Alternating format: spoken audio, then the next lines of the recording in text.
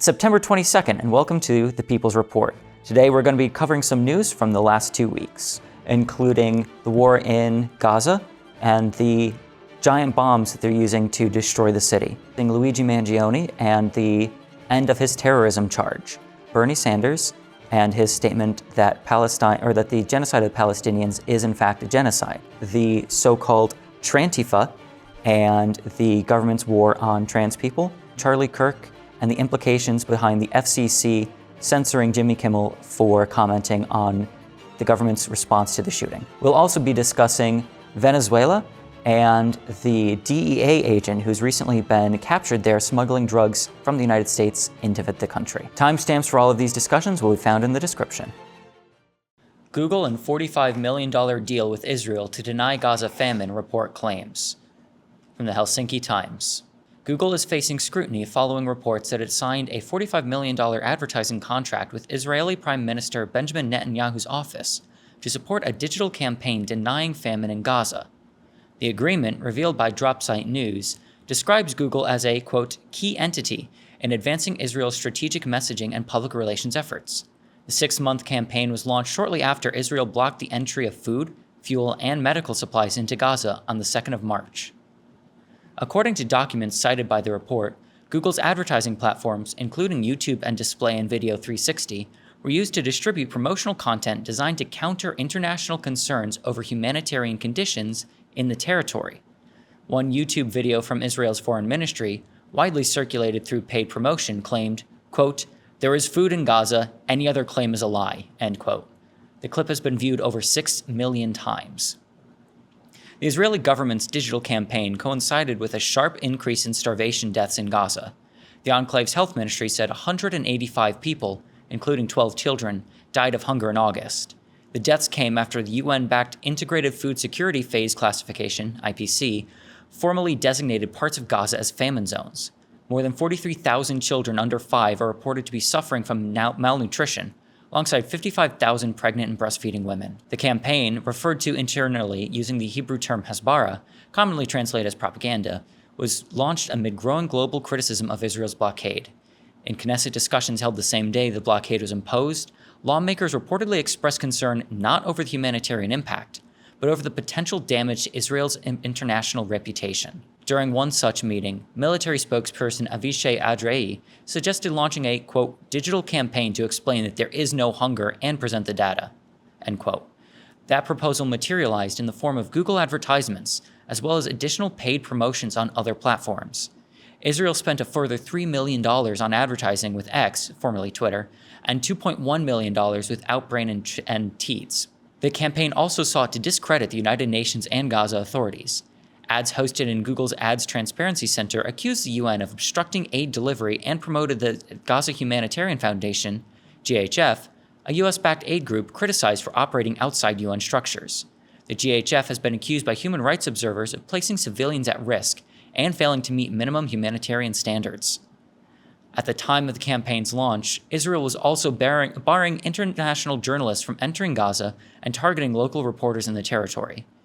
The information vacuum was partially filled by US-based influencers brought in by Israel to help shape perceptions of the conflict abroad. Some members of Israel's cabinet have openly endorsed the use of starvation as a tactic. Bezalel Smotrich, the country's finance minister, previously stated, quote, "They can die of hunger or surrender." Amichai Eliyahu, a heritage minister, said Palestinians, quote, "need to starve if they don't leave Gaza." Google has not issued a public comment on the reported contract. The company has previously faced criticism for providing cloud infrastructure to the Israeli government. In a past statement, co-founder Sergey Brin described the UN as, quote, transparently anti-Semitic, end quote, after UN Special Rapporteur Francesca Albanese criticized Google's role in what she described as Israel's systematic targeting of civilians. The $45 million deal reportedly began in late June and is expected to run until December.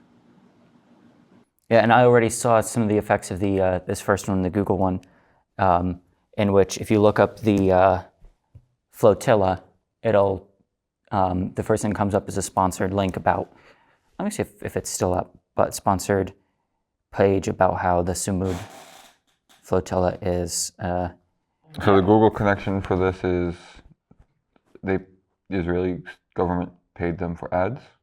Yeah, so if you look it up here, live right now, Hidden Agenda Exposed, Unmasking the Samud Flotilla, how are humanitarian campaigns those exploited? are the ads? Yeah, like this is one that, this is like live. Gov.io, yeah. So, the truth behind the flotilla. Sponsored, govextra.gov.il. I probably should not click that link, actually. Not surprisingly, and in an effort to mask the extremist ideology underpinning the global Samud flotilla, the GASF, the steering committee chose to showcase Greta Thunberg as a cover figure. Yet Thunberg is far from being a central player. The real leadership is composed of individuals with documented ties to Hamas and the Muslim Brotherhood. See, that'd be cool if that... Oh my God, Hamas has organized an international flotilla? That's awesome. Something that I saw recently about sometime this last week about the flotilla was a breakdown of like the Israeli Navy, and surprisingly, their Navy is a lot smaller than you would think. I guess most of their, forces are infantry for, the occupation. Yeah, daily terrorization of the, civilian population of Palestine. But and then on top of it being small, it has to split between the Mediterranean and the Red Sea. Mm-hmm. So, from my understanding, most of their efforts are actually focused in the Red Sea as opposed to the Mediterranean Sea, where the flotilla is coming from. Mm-hmm. And I heard that that the flotilla of like 44 ships or whatever it is larger than the number of ships that Israel has in the Mediterranean. Oh, interesting. Yeah. So I don't know if like that includes like dinghies or whatever the fuck you want to call them for, that you send off of like a main ship, mm-hmm. and like if they can use those to like harass, like as boarding ships or whatever. But yeah, I thought, that was a highlightable moment. Yeah. Although, of course, if they're just interested in sinking these ships like they did the 2014 flotilla, I think, you don't need that many ships. You just need a decent amount of munitions, and now they're using drones. Yeah, but the PR was so much better in 2014. Yeah. Like the escalation of the levels of genocide haven't reached, current mm-hmm. state, where today, UK, Australia, a number of Western countries, although conditionally, are still recognizing the Palestinian state. Yeah, those conditions are not great either. I saw at least Australia's said that it recognized Palestine pretty much on the condition that Hamas has it was a demanded two-state solution, and it demanded that Hamas has no involvement in the state. The government? Yeah, which is pretty absurd. At this point, it's something that like Hamas has offered for over a year. Yeah. Or around a year at least. Mm-hmm. They've offered to disarm in order for peace. And still, they get bombed. Yeah, well, because peace and isn't... negotiators killed. Yeah, peace isn't what they want, or what Israel wants anyway. And that's why the two-state solution is really a nothing burger of an offer. Because, Australia, we recognize two-state solution. Israel's never going to allow that, so it doesn't matter. You might as well promise 40 acres and a mule to every Palestinian. We all know that they're not going to get it. South Africa tried to learn from our mistakes with the Truth and Reconciliation Committees, and they definitely did better than we did, but it's, something that they're still trying to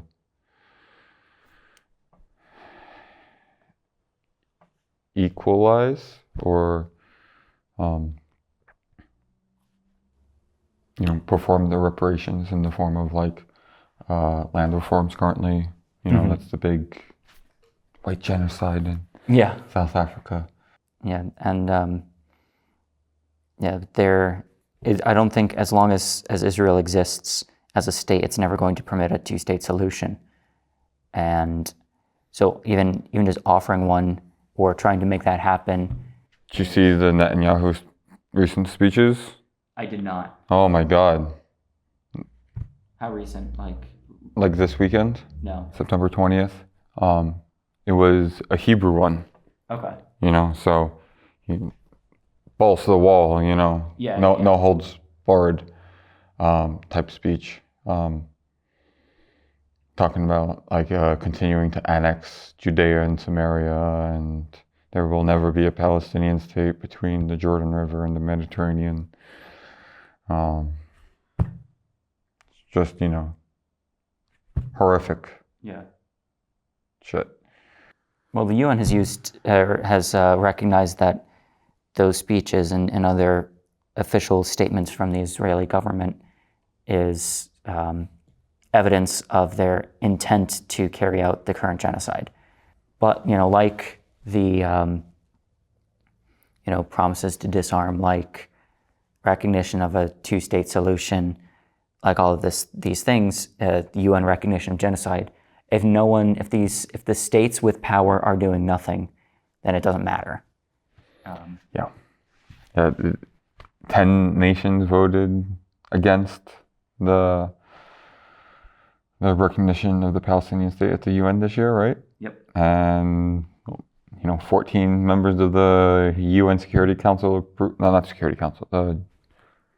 Wasn't it the Security Council? Yeah, but does that include the 10 additional rotating members, or is the Security Council just the 5? No, the Security Council is the 15, okay. 5 permanent, and then 10 rotating. Yeah. And 14 voted to recognize, but of course the U.S. vetoed. Yep. And we have the permanent members have 1 vote veto power. And the photo of the United States having what's represented a veto. One, I always find it interesting that they always have their genocidal votes carried out by people of color. It's another way to. It feels like another way for the white nationalists to wash their hands of their own actions. But of course, she's throwing her hand up her right arm up in a straight-armed salute. It's the voting for genocide with a literal Nazi salute. Yeah, social media has been quite interesting this weekend as well, because the rapture's happening on Tuesday or Wednesday. I heard, yeah. Yeah. I haven't sold my car yet. Did you follow did you follow down that rabbit hole at all? Not really. Luckily for me, I don't have TikTok or anything where I saw it all, but I grew up in that kind of community, so this kind of stuff is not new to me. I'm unfortunately familiar with that kind of. So it loops into the whole Red Hefner. Yeah. The Red Heifer thing, which is like the end of times conspiracy theory that they need to sacrifice 5 holy cows that are all red with not a single white hair on their body on a place overlooking the Temple on the Mount. The Temple Mount. Yeah. Yeah. It was actually the importation of the red heifers were one of the reasons that the Al-Aqsa Brigade gave for the October 7th attack. Mm-hmm. So, Tuesday is Rosh Hashanah. Yeah. And during Rosh Hashanah, there's a ceremony of where they blow trumpets, and the white evangelical Christians in America are taking it as one of the trumpets and revelations of the end times. So it's there's this obscurity of a layer of anti-Semitism glaze over the white evangelical, Protestant base. So that's where that's all been sprouting out of. Well, the only people that the WASPs hate more than Jewish people is any person of color. So they're all white nationalists pretty much all the way through, whether they recognize it or not. Oh, speaking of white nationalism, you watch any of the Kirk eulogy? No. Oh my God. I read about it though. Oh my God, white nationalism. Yeah, it was a Nazi rally. Yeah. So give credit to Erica Trump. She had like the second, keynote speaker or whatever. She spoke right before our Fuhrer. No, His daughter? No, Erica Kirk. Oh, okay. I'm sorry. Charlie I Kirk's widow. thought you said Erica Trump. My mistake. Yeah, no. Okay. So she gave this speech, and it was a lot more Christian than I was expecting it to be. Okay. She, breaking down, she's referencing the person, the assassin, and she like starts crying, says that she forgives him, and it's like that, a lot of like what the way that Christians push that, this is like very Christian. It was like very, very Christian coded, like actually Christian coded instead of like, But then, she's followed up by the Fuhrer. Yeah. And, Erica Kirk was talking about like having to love thy enemy, and all this like Christian coded stuff. Mm-hmm. And then Trump's like, no, Erica might be a better person than me, I got to go after my enemies and, the Antifas and all. It was, white nationalism was very prominent on display. Am I correct in understanding that Tucker Carlson said he was blaming Jews for Charlie Kirk? And it was like, oh, this is just like when they killed Jesus or something like that? He was like making an analogy of like comparing Kirk to Jesus, comparing both died in the young 30s because of their opinions or whatever was the framing.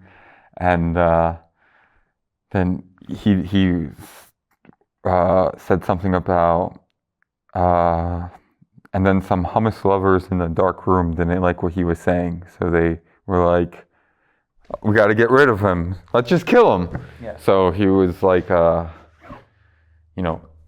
very loudly dog whistling especially in that type of area. Yep. Candace Owens has been pushing that conspiracy as well. That doesn't surprise me. I'll take a moment just to talk about that briefly. I hate that argument so much about, the Jews killed Jesus. First of all, very famously, it was the Romans. So if you want to blame someone, blame the Italians. And second of all, this is like 2,000 years ago. Are we going to be mad at the modern day Mongolia because of something Genghis Khan did? No, I don't think so. I don't know, maybe some people in East Asia will. I don't know. You blame the Turks. Yeah. And on top of that, I don't know if you grew up in the church, but a really big, important part of the entire mission of Jesus Christ was that he had to die. Mm-hmm. That was kind of the whole thing. So it's for those who are unfamiliar with the Christian faith. John 3:16. Yeah. For those who are unfamiliar with the Christian faith, the identity of Jesus Christ is that Jesus Christ is considered to be the Son of God. He's put to earth, and he is supposed to be the sacrificial lamb, a representation and the physical manifestation of sacrifice and forgiveness. So the ancient Israelites would have to cleanse their sins by transferring these sins onto an innocent lamb, and they would kill it, and then that would be their absolution for their sins. Jesus Christ is supposed to be the same thing before all of humanity. So when he dies on the cross, it's Jesus Christ taking on all the sins of humanity ever, and then they get absolved through his death. So Jesus Christ was sent here, according to the Christian faith, expressly to die. And this is, very well known, very well documented in the Bible. So the idea that we should be mad at the people who killed Jesus Christ, no matter who they are, is absurd. Just from a religious Christian standpoint. That was the plan. Yeah, that was the plan. It's Yeah. like, I don't know, it's like going to a demolition derby and getting mad that someone wrecked their car. Yeah, man, that's why the it's point. there. Yeah. So, I don't know. But of course, the reason is not because of actual faith. It's because they're white nationalists, because they're racist and they hate Jewish people. Israel to flood Gaza City with explosive-laden robots. Report from Middle East Eye on September 17, 2025. Army sent to deploy unprecedented number of their remote-controlled vehicles designed to cause widespread destruction and terror. The Israeli military is preparing to deploy a, quote, unprecedented number of explosive-laden, remote-controlled vehicles into Gaza City, according to Walla news outlet. Known in Gaza as, quote, booby-trapped robots, the vehicles are decommissioned armored personnel carriers, APCs, rigged with explosives and operated remotely by Israeli forces. They are driven deep into urban areas before being detonated, causing massive blasts and widespread destruction. The practice is referred to by the Israeli military as, quote, suicide APCs. Israeli outlet Walla reported on Tuesday that the military has stationed a large number of these outdated APCs along the Gaza boundary, converting them into, quote, mega explosives for its use in its ground offensive, which it said began on Tuesday. Earlier this month, the Jerusalem Post said the use of old M113 APCs had tripled under the orders of Southern Command Chief Yaniv Assor. According to Israeli media, the explosions are so powerful that some have been heard as far away as central Israel. Palestinians say the blasts are earth-shaking and cause widespread terror and destruction in their wake. Quote, they're extremely powerful. They reduce entire buildings to crushed rubble. Hamza Shaban, a Gaza City resident who witnessed the robots' explosions, previously told Middle East Eye. Quote, they are far more devastating than airstrikes. At least 100 explosive robots were used in densely populated areas between 13th of August and the 3rd of September alone, according to the Gaza-based government media office. The nonprofit Euro-Mediterranean Human Rights Monitor reports that around 300 residential units are destroyed daily due to these explosions. The use of these robots is occurring at a, quote, unprecedented pace, suggesting a strategy, quote, to wipe the city off the map, Euromed Monitor said. Quote, meet Israel's most dystopian weapon used to terrorize Gazans into fleeing south. APC vehicles repurposed into robotic giant bombs, Palestinian researcher Mohammed Shahada said on Twitter. Israel's army has been swarming Gaza City with those APCs to indiscriminately barrel bomb overcrowded neighborhoods and create chaos. Demolition and destruction. This method is not new. Explosive-laden APCs were reportedly used across Gaza during the early months of the genocide, despite initial denials from the Israeli military. Testimonies from soldiers as early as July 2024 confirmed their deployment. According to a recent Maariv report, the tactic was first developed after the 2014 Gaza war. It has since become, quote, a method of operation that enables a clearing of roads, the demolition of buildings, and the destruction of enemy infrastructure without exposing forces to direct threats. But it's not just suicide APCs massed along the Gaza border. The Israeli army has also positioned dozens of heavy engineering vehicles, according to Walla. These include both civilian and military-grade equipment, some armored against missiles and explosives, intended to support ground forces and destroy, quote, threatening infrastructure and structures. Quote, in the past week, dozens of heavy vehicles have been moved to the Gaza border, Walla reported. A large number are already inside. More are expected to join in the coming days. A military source told the outlet that the vehicles are awaiting orders to enter both central and secondary missions. The Army reportedly places, quote, great importance on these machines and is working to get them fully operational. The equipment, manufactured in the United States, recently arrived in Israel following delays by the Joe Biden administration. Their shipment was later approved under President Donald Trump. Since the start of the war, these vehicles, often operated by settlers and far-right hilltop youth, hired for the task, have been used to systematically demolish homes and civilian infrastructure across the Gaza Strip. These suicide robots that they're deploying in Gaza City are, frankly, beyond the pale. I think probably anybody who hears about this would be relatively, and certainly should be horrified by the idea of these massive bombs being remotely piloted into a dense urban area in order to mass murder people. Do you know why they're using these instead of like traditional munitions? I have to assume that it's so that way they can detonate them on command rather than kind of whenever they hit. And it's a way for them to get rid of excess military equipment that is outdated and they don't need anymore. But these are basically car bombs, but they're using military vehicles. I have to assume maybe that the military hardware also produces more intense shrapnel, maybe. But what's the difference between, this is basically Oklahoma City bombing in every single block of a densely populated city. Yeah, it's sickening. I saw somewhere that even the Israeli government is claiming 200,000 Gazans have died since October 2023. Really? Yeah, I forget where I saw this. Yeah, I mean, I think probably another reason why they use these drones rather than traditional munitions is it allows them to engage and bait, perhaps even, Palestinian fighters on the ground. So if you fire rockets into a city, you can generally come to an idea of where they land. But if you drive these bombs in, you might get people who think that there are humans in that vehicle and then either show themselves, or you can hit the buildings at ground level and drop them without having to do airstrikes. I have to imagine it's also a little cheaper than flying jets all the time. But if you don't care about human lives, it's a good way to throw your vehicles out there and kill as many human beings as you can. And of course, the benefited addition of completely destroying homes. I know one of my friends who's an aid worker in Gaza, one of the families that she had been helping to support was just killed by one of these drones Saturday. That'd be the 20th? Yeah, Saturday, September 20th, I believe.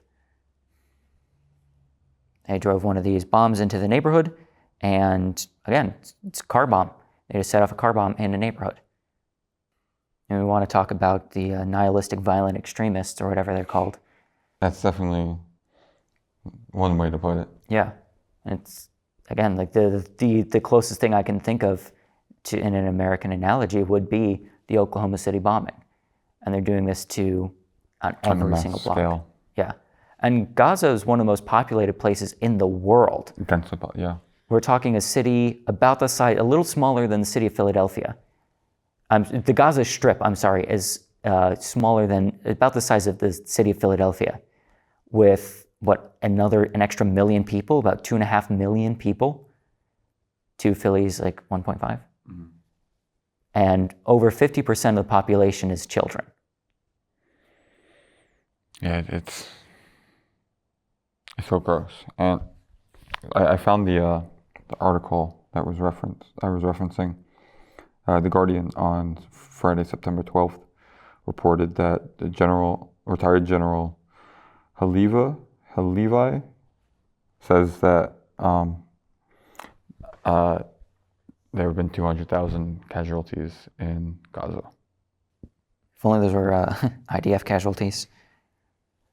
But yeah, unfortunately, it's mostly children. Yeah. And the population of Gaza is mostly children.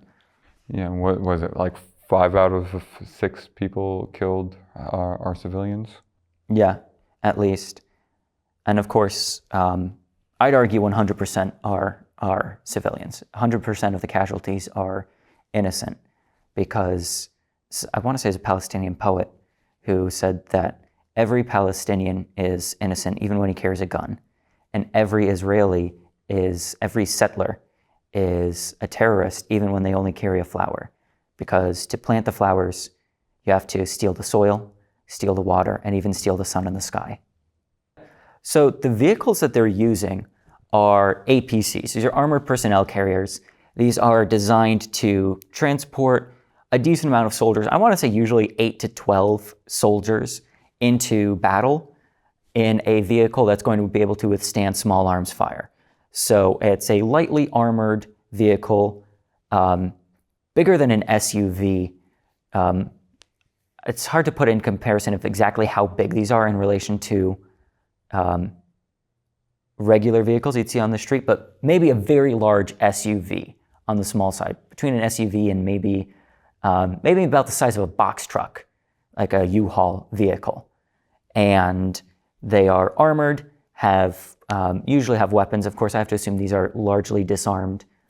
And normally, these would be used to drive into the city, or into a combat zone where soldiers inside wouldn't be able to be shot until after they left the vehicle and were able to engage. So is this like as a response to the Palestinian resistance blowing up of these vehicles? I don't know. I want to say that these had been in use previously. They were in use during the 2014 Gaza war.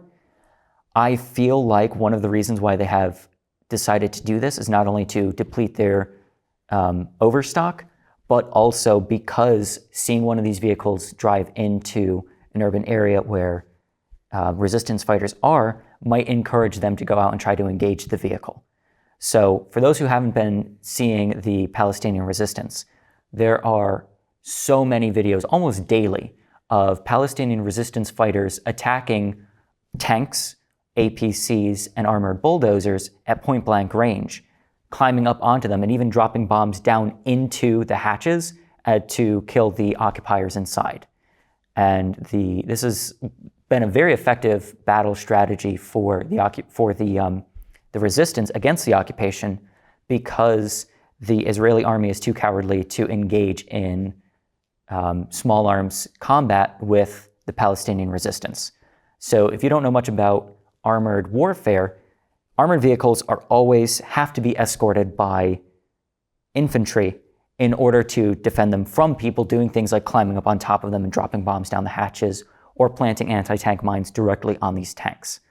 I've seen videos of Palestinian resistance fighters taking out 2 tanks with 1 fighter, firing rockets at the tank from point-blank range and then running up onto the other one and planting bombs directly on it, escaping, and then both tanks are destroyed. So I do believe that one of the reasons why they're using APCs rather than other vehicles is in order to bait these soldiers into trying to engage them directly and then being able to detonate the entire block at once. But these are very big. Because once a resistance fighter, drops a explosive charge on one of these vehicles, I'm sure that'll act as a primary charge to set the entire vehicle off. Yeah, or they'll hit the button. Hit the button, yeah. So, yeah, these vehicles are very large, and again, these are armored. So, small arms fire, that'd be your regular handguns or rifles fire. They're protected against. So they have very dense metal, much more so than your average vehicle. And they are packed with explosives. They are filled with explosives and then remotely driven and detonated. So this is, again, why I say the Oklahoma City bombing. We're talking about, a U-Haul type vehicle, a vehicle the size of a U-Haul, being filled with explosives and then being detonated at ground level in a densely populated city. Earth-shaking, described. Yeah, earth-shaking. And they can hear these explosions from inside Israel. J.D. Vance suggests trans people pose a, quote, domestic terrorist threat, and FBI plans to target trans people, from LGBTQ Nation on September 19th, 2025. The suspect's alleged trans girlfriend is cooperating with investigators, but right-wingers are still using her identity to blame trans people. Vice President J.D. Vance suggested this week that transgender people in the U.S. pose a, quote, domestic terrorist threat, despite a wide body of evidence to the contrary.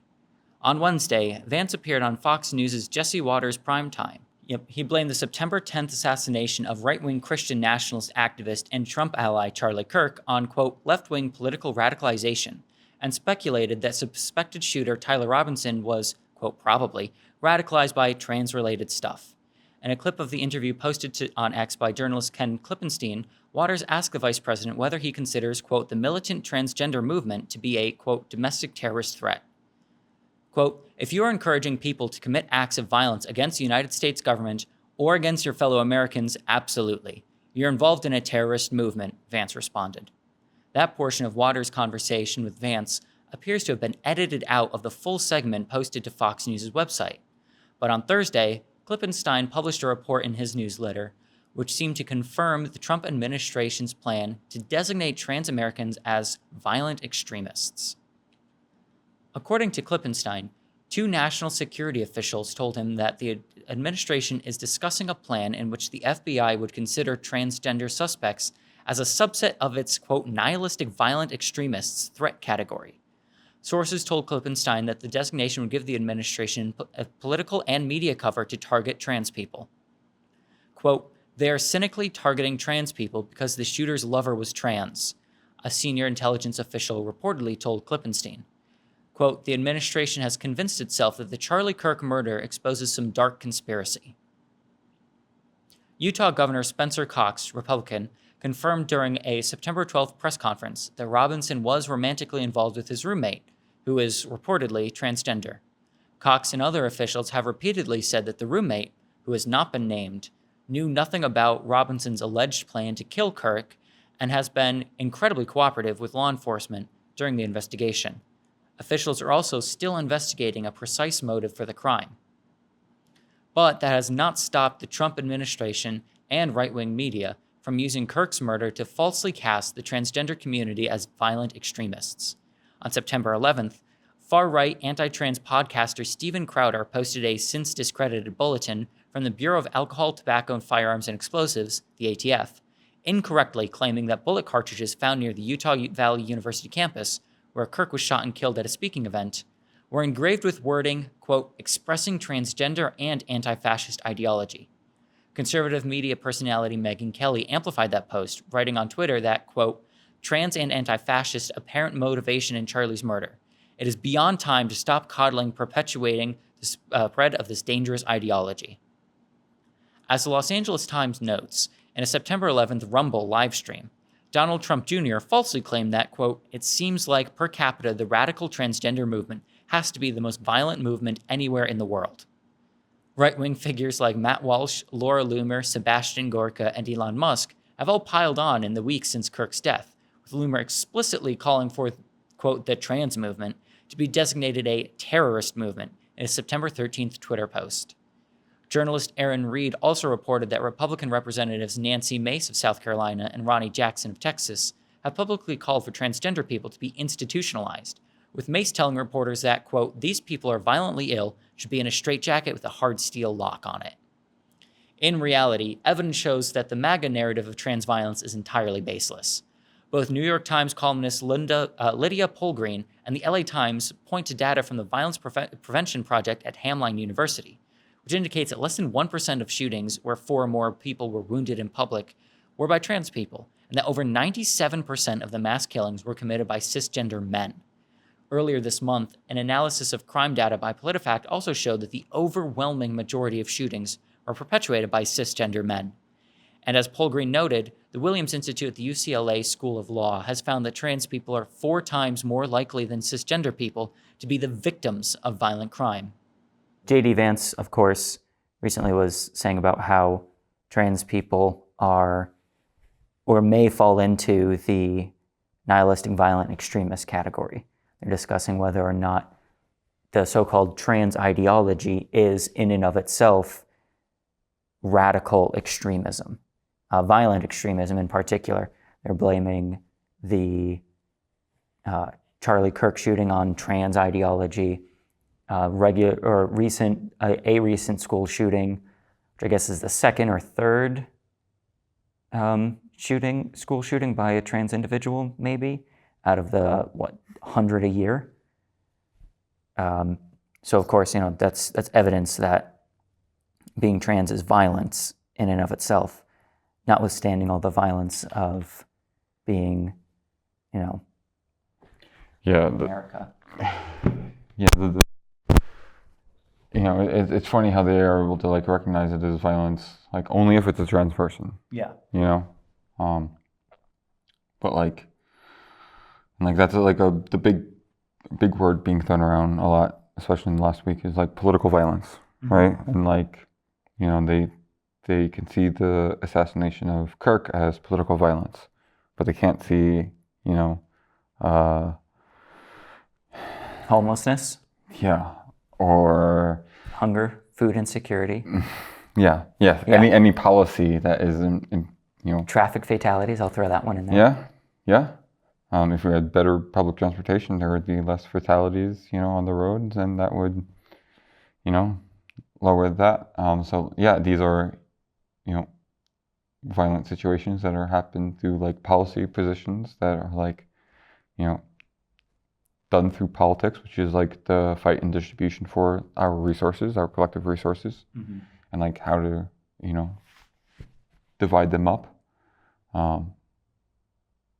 Yeah, so like, it's such a weird distinction that like folks aren't able to recognize. And then like, they like, it's a whole series of like things that I'd like to point to, like from Utah governor, saying, reminding people that Utah has the death penalty, which isn't political violence, I guess, right? No, the state killing people isn't. Yeah, that's not political violence. Or like bombs on Gaza, that's not political violence. No, or bring it to the hyper local level. I was at a commissioner meeting last week, and there was the Republican commissioner giving a talk about Charlie Kirk and, condemning political violence, only to end up saying that he would tackle the other commissioner. Physically tackle? Yeah. That's not political violence. That's not political violence. Political violence is only when a straight white guy gets hurt. Otherwise, it's, killing someone with paperwork is somehow less violent than killing someone with a bullet. Killing thousands of people, was it 44,000 Americans annually die because they don't have health care? That feels a little low to me, but it sounds about right. Yeah. I know it's up there, but I think it might be higher than that. It wouldn't surprise me if it were. Because like, was it 500,000 Americans die every year of heart failure? Yeah. Heart disease, something like that? Yeah, I guess when you start factoring in, maybe not lifestyle choices, but things that could be mitigated with healthcare instead of people who die because they, are bleeding out and they're like, well, I can't afford an ambulance kind of thing. Yeah. It's probably who they're counting.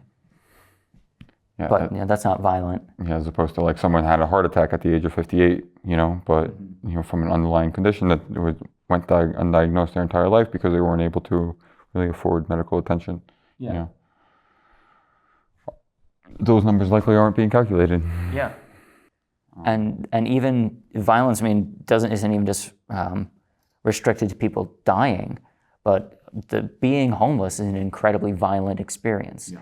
Being food insecure is an incredibly violent experience. Even just being housing insecure, even if you aren't homeless, is a violent experience. Being evicted is violence. Being denied, misogyny is violence. Our society is extremely violent towards women, and I don't even know if most women would recognize that immediately as being the case. And this is all various forms of political violence, but because it's not America's favorite white guy getting shot, it doesn't count, or people don't care. If it's the easier it is to ignore, the less violent it is, I suppose. FBI's new war on trans people from Ken Klippenstein on September 18th, 2025. We're looking at the entire spider web. The Trump administration is preparing to designate transgender people as, quote, violent extremists in the wake of Charlie Kirk's murder, two national security officials tell Ken Klippenstein. "We're looking at the entire spiderweb for any of these attacks," FBI Director Kash Patel told the House Judiciary Committee on Wednesday when asked about shootings by trans individuals. They, Attorney General Pam Bondi said after the Kirk murder, are, quote, "putting this crazy ideology in our schools," echoing the growing view of many in Trump's inner circle that a, quote, "cult of gender ideology" is behind an explosion of violence by some as yet unidentified radical left. 2 days before Kirk was killed, Donald Trump condemned transgender insanity. Then, in an interview about the shooting, he blamed, quote, "the radicals on the left," saying, "they want transgender for everyone." "They are cynically targeting trans people because the shooter's lover was trans," one senior intelligence official tells me. "The administration has convinced itself that the Charlie Kirk murder exposes some dark conspiracy." The senior official explains that there is no process per se for dealing with trans people as a, quote, "threat group," but feels that trans individuals will be increasingly targeted under the banner of violent extremism. Under the plan being discussed, the FBI would treat transgender suspects as a subset of the Bureau's new threat category, nihilistic violent extremists, NVEs. The Trump administration first created the NVE designation earlier this year to replace the Biden-era label Anti-Authority and Anti-Government Violent Extremist, AAGAAVE, created to categorize January 6 rioters and other right-wing groups. The new classification, sources say, gives Trump officials political and media cover.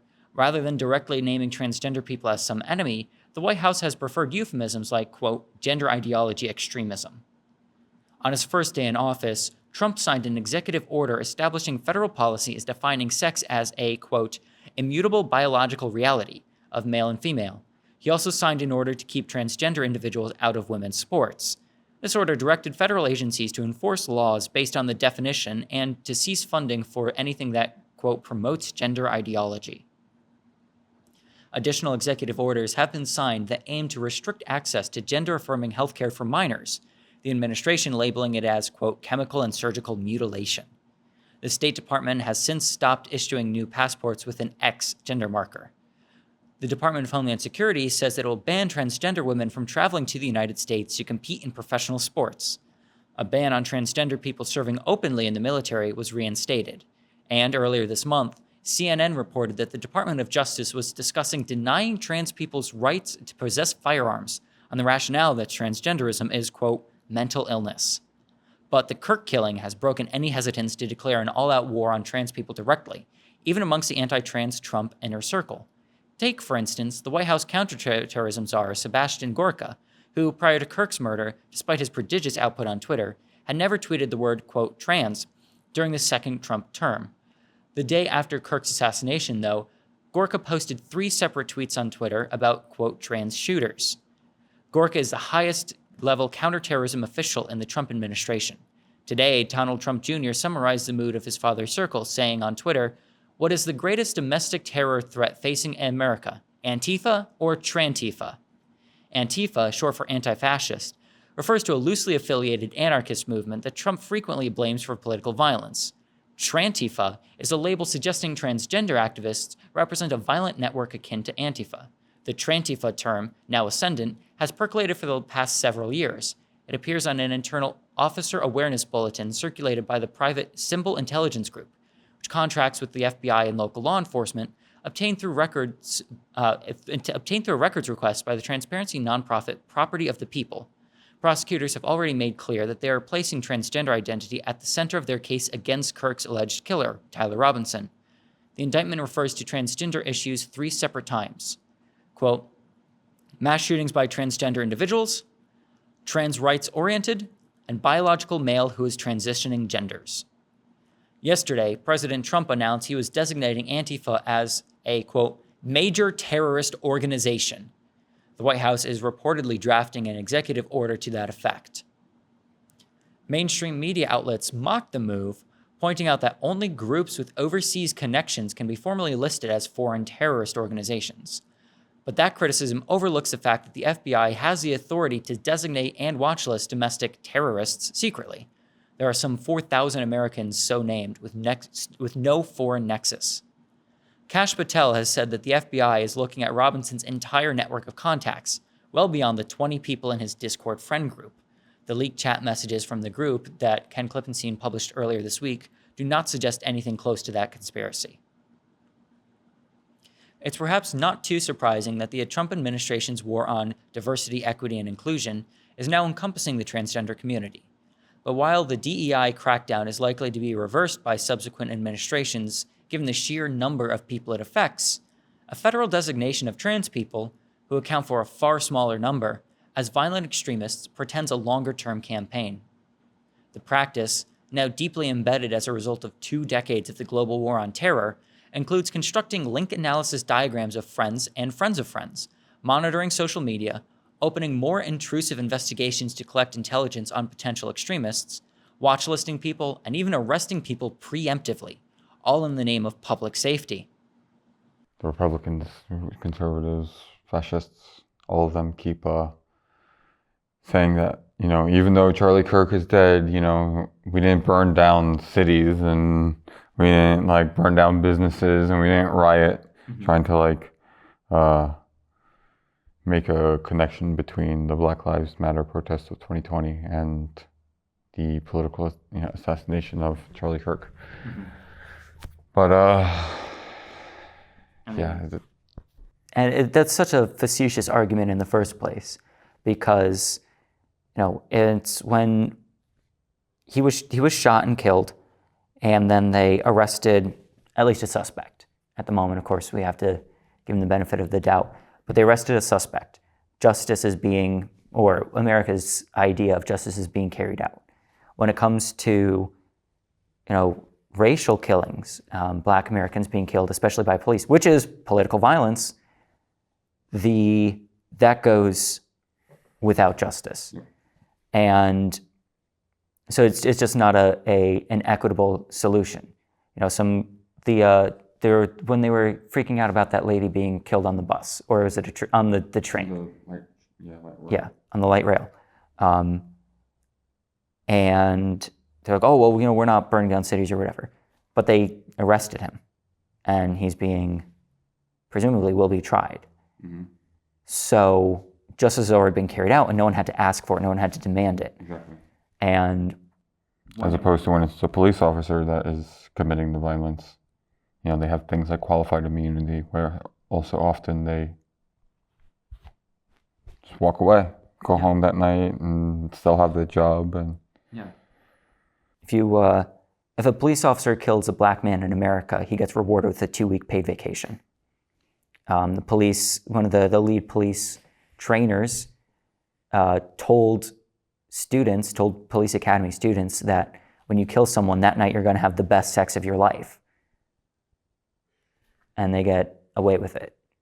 So that's not political violence. Yeah, and then using all of this as a pre-justification in order to attack Trantifa. Yeah. It's absolutely sickening, especially from everything that's been reported. It does seem that Robinson's roommate, significant other, was trans, is trans, but the biggest argument against it is that or against their framing of having to go after Trantifa is that this person has been fully cooperating with law enforcement. Yeah. The Tyler Robinson apparently hasn't been cooperating, but the trans partner has been. Mm-hmm. So, they want to attack all trans people as being, hateful or part of extreme ideology. Oh, what was the term that the FBI wants to label them as? Nihilistic violent extremists. Yeah, and that's a relatively new designation as of February or March, I want to say. It's a new designation for violent instances as of this year. And from what we know, because Robinson hasn't been cooperating, we don't know that his partner being trans had anything to do with it. Right. We don't know that it was unless I'm mistaken, we don't know that trans agenda, ideology, whatever you want to call it, that was in play at all. we don't know why he actually shot Charlie Kirk. And so it's only the only speculation people have is that, well, Charlie Kirk hated trans people, which is political violence, and Robinson's partner was or is trans. So it's all speculation anyway, but it's a perfectly valid excuse for the Fuhrer to crack down on his enemies. Yeah, an at-risk population. Yeah, any marginalized folks that can be used as a scapegoat in order to make them seem like they're pushing back and Nazi shit. Yeah. Nazi shit. Yeah. They want to attack trans people because there's so few of them, and they're not well accepted in society. So people are willing to look the other way or permit and encourage state violence against trans people. And that way it can make the government look like they're doing something rather than actually helping to meet people's needs and provide for the public and make their lives better. Why prosecutors charged Luigi Mangione with terrorism and a judge said no. From AP News on September 26, 2025. New York prosecutors tried to use a 9/11-era terrorism law in their case against Luigi Mangione, but a judge ruled Tuesday that the state anti-terror statute doesn't apply to the killing of United Healthcare's chief executive on a Midtown Manhattan street last year. The judge let murder and other charges stand against Mangione, who also faces a federal murder case in CEO Brian Thompson's death. What Mangione no longer faces are New York state charges of murder as an act of terrorism. If it sounded like an unusual application of a terrorism law, it wasn't a first. Such charges have been brought, and sometimes rejected, on other cases that weren't about cross-border extremism or a plot to kill masses of people. Here are some things to know about New York's anti-terrorism law. Where did New York's anti-terror law come from? State lawmakers passed it in 2001, 6 days after the September 11th attacks, saying the state needed, quote, legislation that is specifically designed to combat the evils of terrorism. Proponents pointed out that many cases could come via state and local law enforcement officers, not just from federal investigations. Many other states passed similar laws around the same time, and Congress approved the Patriot Act. What does the law say? Essentially an add-on to existing criminal statutes, it says that an underlying offense constitutes terrorism if it's done with an intent to, quote, intimidate or coerce a civilian population to influence the policy of a unit of government by intimidation or coercion, or affect the conduct of a unit of government by murder, assassination, or kidnapping. What does it do? If a defendant is convicted, the terrorism designation boosts the underlying offense into a more serious sentencing category. For example, an assault normally punishable by up to 25 years in prison would carry a potential life sentence. In Mangione's case, one of the terror murder charges carried a mandatory life sentence. The remaining murder charge against him is punishable by 15 years to life in prison if he's convicted. New York does not have the death penalty. The state's highest court threw out a capital punishment law in 2004. Why do prosecutors say the terror law applied in Mangione's case? Manhattan District Attorney Alvin Bragg, a Democrat, put it simply last year, quote, the intent was to sow terror. The shooting happened early on a weekday in a busy area where United Healthcare was holding an investor conference, prosecutors noted. They also have said Mangione's writings show that he aimed to, quote, intimidate and coerce UHC workers and other workers in the health insurance industry. In a handwritten diary, the 26-year-old described himself as a, quote, revolutionary anarchist, and mused about rebelling against, quote, the deadly, greed-fueled health insurance cartel, prosecutors wrote in a court filing.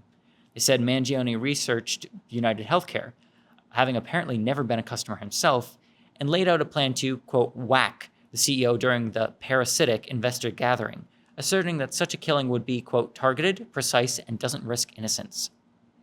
Quote, more importantly, the point is self-evident, Mangione allegedly added, according to prosecutors' filing. They said he underscored the point by marking shell casings and a cartridge with words that mimic a phrase sometimes used to criticize insurance practices: deny, defend, and depose. Thompson's death unleashed public complaints about the U.S. health insurance industry. Concerned companies canceled some in-person investor meetings and told employees to work from home temporarily. According to prosecutors, some doctors distanced themselves from United Healthcare. company call takers got death threats, and employees wouldn't sign denial letters. What did Mangione's side say? Mangione's attorneys argued that there were, quote, absolutely no facts to support this theory, that Thompson's killing fit within the state terror law. Thompson wasn't a government official, and United Healthcare's dispersed workforce doesn't qualify as a, quote, civilian population, the defense lawyers wrote in a court filing. In their view, his alleged diary writings, quote, make clear that Mr. Mangione was not looking to terrorize any community. His lawyers noted that the purported diary discounts the idea of bombing an insurer's corporate headquarters, with entries saying, quote, bombs equal terrorism, and involve, quote, recklessly endangering countless employees. What did the judge say? Manhattan Judge Gregory Caro said there is, quote, no doubt that the crime at issue here is not ordinary street crime, but that doesn't make it terrorism. Prosecutors, quote, appear to conflate an ideological belief with the intent to intimidate or coerce a civilian population, he wrote. Prosecutors didn't establish that intent, nor an aim to influence policy, Carraro concluded. He could dismiss the terror charges, but allowed the others to continue toward trial. Has New York's anti-terror law been used before? There's no comprehensive statewide count, but there have been over a half dozen cases in New York City alone. They include plots to bomb synagogues or open fire on their congregants, a plan to build pipe bombs to try to undermine public support for the U.S. wars in Iraq and Afghanistan, efforts to recruit support for the Islamic State group and to provide money and knives to Syrian extremists, and a white supremacist who killed a black man because of racial hatred. One of Mangione's lawyers, Karen Friedman Anfilio, was a top deputy to former Manhattan DA Cyrus Vance Jr. when some of those cases were prosecuted. New York's top court rejected the very first use of the law in a 2004 Bronx case surrounding a deadly shooting at a christening party. Prosecutors said the defendant, a gang member, was targeting a rival but killed a 10-year-old girl and paralyzed another man. In overturning the defendant's conviction, justices expressed skepticism that the shooting was meant to intimidate the broader community. They also worried that the meaning of terrorism could be trivialized if, quote, applied loosely. The man, who denied involvement in the shooting, was retried on manslaughter and other charges. He was convicted and sentenced to 50 years in prison. So Luigi Mangione is no longer being charged as a terrorist. Of course, Luigi Mangione has not been convicted of any crime, so he's only an alleged shooter of the United Healthcare CEO. But I'm glad to see that he is not being charged with terrorism. I mean, it's an absurd charge as is. Luigi, again, presuming that he was in fact the shooter. Of course, Luigi's innocent. But under the presumption that him being a shooter, the shooting of the United Healthcare CEO was not an act of terror. And the claims of terrorism against the public are spurious at best, almost all the time are spurious claims. And terrorism is really a holdover term to place excessive blame and to presume or to encourage the general public to pour hatred onto people or organizations who are doing things that the capitalist regime doesn't like. Hamas has been labeled as terrorists. The Yemeni government, the Ansar Allah, have been labeled terrorists. The Irish Republican Army have been labeled terrorists. Viet Cong and the NVA have been labeled terrorists. And now, of course, Luigi Mangione was attempted to be labeled as a terrorist. But really, these are people who have allegedly struck against power and struck against capital rather than actually trying to use terror to change policy. And the general charges against Luigi Mangione, and even assuming that the evidence gathered against him was done so on the level, is all a big show in order to convince the public that, I wouldn't even say attacks, but retaliation against the violence of capital is not just unacceptable, but unbeatable. They want the public to be afraid of capital and of capitalism in order to prevent them from organizing against it. Of course, when a person shoots a healthcare CEO, they're considered a terrorist. But when that same healthcare CEO denies the public healthcare and lets people languish in pain, and then allows them to die of preventable illness, of preventable diagnoses or treatable diagnoses, that's not terrorism. When the people are too afraid to lose their health care, that they don't quit poor, terrible jobs, that they don't make a scene, that they don't get politically active, because losing a job means losing your health care, and that could very well easily mean losing your life or losing any quality of life. That's not terrorism. But shooting a person, that's terrorism. And using state power, using private power, using capitalist power in order to oppress the public, in order to rob them of their dignity, in order to rob them of their health, to rob them of their life, their liberty, and their pursuit of happiness, that's not terrorism. But shooting a man in Midtown Manhattan is terrorism. But of course, it's only terrorism when that man is an extremely wealthy CEO of a massive healthcare corporation. If the man who was shot was a random individual, if he was a person like you or a person like me, that wouldn't be terrorism. The shooter would only be charged with simple assault, murder, your typical shooting-related crimes. But it's terrorism when capital is at risk. Well, of course, when the public is at risk, when the working class is at risk, when the proletariat masses are at risk, that's just the orders of the day. Violence, political violence, when it's done with paperwork, isn't violence at all, is it? Jimmy Kimmel's suspension puts spotlight on Brendan Carr, Trump's FCC chair, from NBC News on September 28, 2025.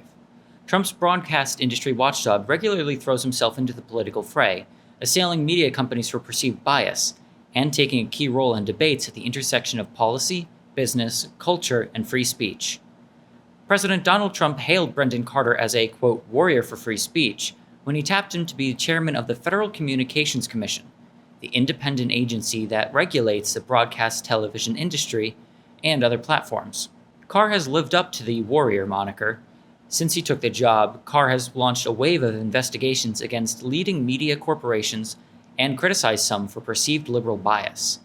He appears to have scored his biggest win yet Wednesday, with ABC's decision to pull Jimmy Kimmel's late-night show from the airwaves just hours after he blasted Kimmel for his comments about Charlie Kirk's assassination. Quote, "We're not done yet," Carr said Thursday on CNBC as Kimmel's defenders and the FCC's critics accused him of waging a crackdown on free speech in America. The chairman of the FCC doesn't typically attract the spotlight, but Carr has frequently made headlines. He has taken such prominent names as CBS News and the New York Times task, and his office has launched formal reviews of the Big Three broadcast networks, ABC, CBS, and NBC, as well as NPR and PBS. "I think this is unprecedented," said Craig Aaron, co-chief executive of Free Press, a nonprofit organization that advocates against corporate monopolies in media. Quote, "I think there's a lot of people who have been in power or been in the White House who would, in the past, like to bend and abuse the power of the FCC to bend the will of the media that covers them and the comedians that make fun of them, but they've never dared to go this far." Carr, 46, known for wearing a gold-colored pin modeled on Trump's profile, was a lawyer in private practice before he joined the FCC in 2012 as a staff attorney. He later was an advisor to former FCC chairman Ajit Pai. Trump appointed Carr to a Republican seat in the commission in 2017 during his first term, before he elevated him to the top job. In the intervening years, Carr has raised his profile inside the Republican Party and the wider conservative ecosystem. He wrote a chapter about the FCC for the Heritage Foundation's Mandate for Leadership policy document, better known as Project 2025. Quote, "The FCC should promote the freedom of speech," Carr wrote in the opening to his chapter. Trump has had long-running grievances with the media, which he has routinely characterized as fake and an enemy of the people. Trump has sued various news organizations, having most recently filed a $15 billion defamation suit against the Times for articles questioning his business success. Quote, "President Trump took on the legacy national media," Carr said July 24th on Twitter. Quote, "He smashed the facade that they and their Hollywood and New York execs get to control the narrative. President Trump is now stacking up the wins with more to come.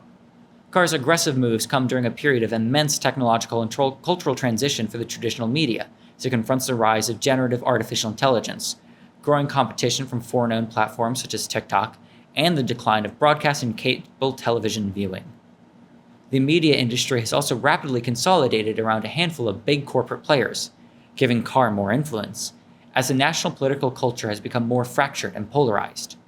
Carr's FCC, which regulates television and radio stations, wireless communications, and telephone and broadband services, has found fault with corporations that have both news and entertainment divisions. Carr's latest salvo came Wednesday, when he described Kimmel's on-air comments about Kirk's murder investigation as, quote, the sickest conduct possible, and said the FCC could revoke ABC's affiliates' licenses as punishment. Quote, this is a very, very serious issue right now for Disney, Carr said in an interview on conservative commentator Benny Johnson's podcast. We can do this the easy way or the hard way. These companies can find ways to take action on Kimmel, or there is going to be additional work for the FCC ahead. In his opening monologue Monday, Kimmel expressed condolences to the Kirk family, but criticized Republicans for their reaction to his killing. Quote, we hit some new lows over the weekend with the MAGA gang desperately trying to characterize this kid who murdered Charlie Kirk as anything other than one of them and doing everything they can to score political points from it, he said. Authorities have charged Tyler Robinson, 22, with murder. Officials said Robinson grew up in a conservative household in Utah, but later became influenced by, quote, leftist ideology. Robinson's mother told investigators that, quote, over the last year or so, Robinson had become more political and had started to lean more to the left, becoming more pro-gay and trans rights oriented, according to charging documents. Carr told Johnson that Kimmel's remarks were part of a, quote, concerted effort to lie to the American people. Nexstar, an owner of an ABC affiliate stations across the United States, announced after Carr's podcast appearance that it would preempt Kimmel's show, quote, for the foreseeable future, because of his comments. Nexstar recently says it hopes to take over rival firm, Tegna, in a blockbuster $6.2 billion deal, one that would require FCC approval. Then the bigger shoe dropped. ABC announced it was indefinitely suspending Jimmy Kimmel Live, the network's late-night franchise. Kimmel, a mainstay of ABC for more than 20 years, frequently mocks Trump and, in turn, draws the ire of the president, who has called him a loser and urged ABC to cancel the show. Kimmel didn't immediately comment on ABC's decision. ABC's announcement Wednesday led to an outcry from a wide array of voices, from comedians such as Mark Maron to the Foundation for Individual Rights and Expression, a free speech advocacy group, as well as various Democratic elected officials. In blistering statements and social media posts, critics accused ABC of kowtowing to political pressure and suggested the Trump administration was chilling speech. Trump cheered the suspension as, quote, great news for America. Carr appeared on Fox News host Sean Hannity's show Wednesday and said, quote, there's more work to do. He praised Nexstar on Twitter for doing the right thing. In an interview with CNBC on Thursday, Carr said Nexstar's objections to Kimmel's show were signs of a, quote, healthy functioning market, adding, quote, I think it was those local communities and viewers that were saying, we don't like this stuff anymore. Asked by CNBC host Jim Cramer whether the government should have, quote, someone who reviews the writers before the host says something, Carr replied, no. The FCC didn't immediately respond to an email requesting comment on which FCC regulations Kimmel may have violated. Carr applauded CBS's recent decision to cancel The Late Show with Stephen Colbert. The network insisted the move was a, quote, purely financial decision, but Colbert's fans reacted skeptically, pointing to his track record of satirizing Trump and the FCC's key role in approving a merger between CBS parent company Paramount and the media firm Skydance. Quote, the partisan left's ritualistic wailing and gnashing of teeth over Colbert is quite revealing. They're acting like they're losing a loyal DNC spokesperson that was entitled to an exemption from the laws of economics, Carr said on Twitter on July 22nd. In the last 9 months, Carr has taken a confrontational stance with the traditional media business. In the wake of Trump's executive order dismantling diversity, equity, and inclusion, DEI, initiatives across the federal government, Carr opened an inquiry into Disney and its ABC network over concerns they were, quote, promoting invidious forms of DEI and discrimination. Separately, ABC agreed in December to pay $15 million as part of a legal settlement with Trump who had sued ABC, ABC News, and George Stephanopoulos for defamation over an interview with Republican Nancy Mace. An ABC News spokesperson said at the time, quote, "We are pleased that the parties have reached an agreement to dismiss the lawsuit on the terms in the court filing." Carr opened a similar DEI-focused review of Comcast and NBC Universal, the parent companies of NBC News, over DEI programs. His office also launched an investigation into Comcast and NBC Universal's relationships with local broadcast television affiliates. Carr's office is also investigating CBS over allegations of, quote, news distortion, related to a 60 Minutes interview with Vice President Kamala Harris that ran during the 2024 presidential election. Trump himself sued Paramount over the same interview, alleging that it had been deceptively edited, a claim CBS strongly denied. In July, Paramount agreed to settle with Trump for $16 million. The same month, the FCC approved Skydance's $8 billion takeover of Paramount. Skydance made a number of concessions to the FCC as part of the deal, vowing not to implement any DEI initiatives and promising to appoint an ombudsman to review, quote, complaints of bias at CBS News. Quote, "Americans no longer trust the legacy national news media to report fully, accurately, and fairly," Carr said in a statement at the time.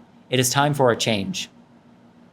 Tom Wheeler, the chair of the FCC during President Barack Obama's second term, said Carr was wielding, quote, "incredibly coercive power by launching investigations and threatening to hold up mergers while stopping short of taking formal FCC votes against Trump administration opponents." When the FCC takes a formal action on an issue, such as whether to allow a media merger, subjects can launch legal appeals in court. But Carr is working in a legal gray area, Wheeler said, by publicly stating how he wants media companies to act without forcing a formal FCC vote. Quote, "This has been the artful way that the Trump administration has been able to exercise this kind of coercive influence without triggering court review," Wheeler told NBC News. Quote, "We're seeing it again. This is what I want you to do, but I'm not going to have a formal action that you could appeal to the court. You always want to be friendly with the agency making the rules and that can decide important issues in mergers and other kinds of rulings," he said. Something else still on topic. Yeah. So you know who Stephen is in like Christian Like Saint Stephen? history? Yeah. Yeah. So the comparisons between, you know, Kirk and Stephen were all over the fucking memorial service as well. And for folks that don't know, apparently Stephen was the first martyr of Christianity. So like a lot of the allusions of, you know, the rally was rally, because it was really more of a rally than a memorial service. Yeah. Was, you know, trying to martyrize Charlie Kirk as like a white Christian national figure. So like, you know, they're trying to do the horse whistle. Yeah. You know, but they can't say horse whistle. You know, so they're like alluding to Saint Stephen, and who was the first martyr of Christianity, who apparently was stoned to death. I don't remember my Saint Stephen biography too much beyond that, but apparently it was like a catalyst for like early Christians to like start rebelling against the Roman rule in the contemporarily. Yeah. But yeah, this whole Kirk scenario, from the, you know, the martyrization of him to the use, you know, as horse whistle, you know, trying to go after the enemies within. You know, and so J.D. Vance has been going on the attack with trying to label, you know, not only leftist organizations, but also just trans folks in general as terrorists is wild, astounding.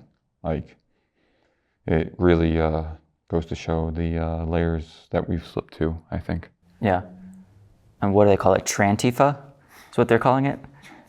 Which is, I don't even know, like, Antifa is of course short for anti-fascist. I don't even know what Trantifa it's supposed to stand for. I know it's supposed to be like trans Antifa, but I don't know. I guess we're expecting more from these people than we know they have the brain power to produce. There was, you know, Jimmy Kimmel made a joke not even about Kirk, but in reference to Trump's remarks when asked about Kirk. You know, Trump was talking about the construction of the new ballroom, you know? Like immediately he gave like a one-word answer and then just like went off the rails talking about the new ballroom that they're building. Well, he hates anyone stealing his limelight, so. Yeah, so the joke was that Trump has entered the fourth stage of grief, construction. And, you know, that's all things considered, pretty harmless joke. Yeah. This is Jimmy Kimmel we're talking about. Yeah, so the chair of the FCC went on a podcast to signal the exact plan that local affiliates of ABC should push back and preempt the show from airing on their local affiliates. So if people don't know, when you watch the local news at your house, it's not actually like NBC or ABC. You'll get that for like the evening news, like the primetime news usually, and like they'll syndicate some of their shows through there, so you can watch. I don't even know any shows on broadcast anymore, but like back in the day, like The King of Queens or like The Office or like any of those types of shows. So the local channel though is owned, you know, by a different entity, and in the last couple of decades, really, there's been a huge consolidation of those news publications or local news media sources to basically be in a duopoly at this point. And the two largest are Sinclair, or I think the three largest are Sinclair, Tegna, and Nexstar. Okay, back up. So now with that little backup, that the local news agencies are owned by a different company than the licensee. So like Nexstar is a different company than like ABC, you know, which is owned by Disney. But Nexstar might own like different regional operators in different parts of the country for ABC, and as well as like other of the broadcasters as well. So like, you know, they'll own affiliates of all the major broadcasters in like a patchwork field. So the chair of the FCC goes on a podcast, a right-wing podcast, and signals to these companies like Nexstar and Sinclair Broadcasting that they should take off Jimmy Kimmel from the air. So they immediately responded, you know, this was out in public, so, you know, in the same circles as the podcast listeners, I'm sure. And someone sent the podcast, you know, probably over to the management team over at these companies, and two of the companies decided to pull Jimmy Kimmel off the air. And now, I'm not the biggest fan of Jimmy Kimmel, you know? No. But that is the level of pressure that the government is putting on news agencies, nonetheless, to that they would pull their broadcast license if they don't comply with compelled speech, basically, at this point. Goes, you know, smacks in the face of the First Amendment. You know, corporation can tell you how to censor yourself as much as they want, but the First Amendment protects you against government censorship. Yeah. So, you know, there's been this huge rally of like support for Jimmy Kimmel. Disney lost $3.8 billion of the market cap. I want to say I saw 3.7 billion. You know, I've seen, you know, personally on social media and over the weekend of so many people like posting of their like ending their Hulu subscription and Disney Plus subscription, and the reason that they put in and like the comment on the bottom was like Jimmy Kimmel, you know, First Amendment, something like that. Yeah. Today, Monday the 22nd, it had just broke that